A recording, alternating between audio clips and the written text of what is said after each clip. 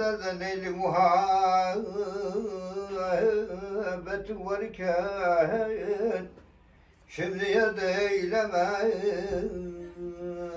yar beni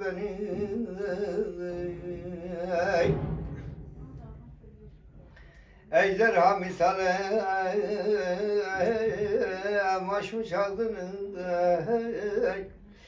korkacağım yutacağım yer beni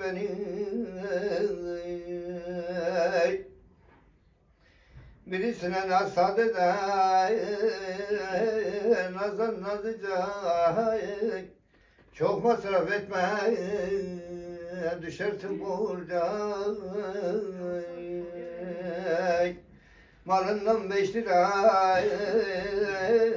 üstüne harca zemzemle kefene sar beni Sümbani söyledi Fars Arabet geldi ucu düştü min harabet avuçtayım bana yerden turabı savrun başıma vay beni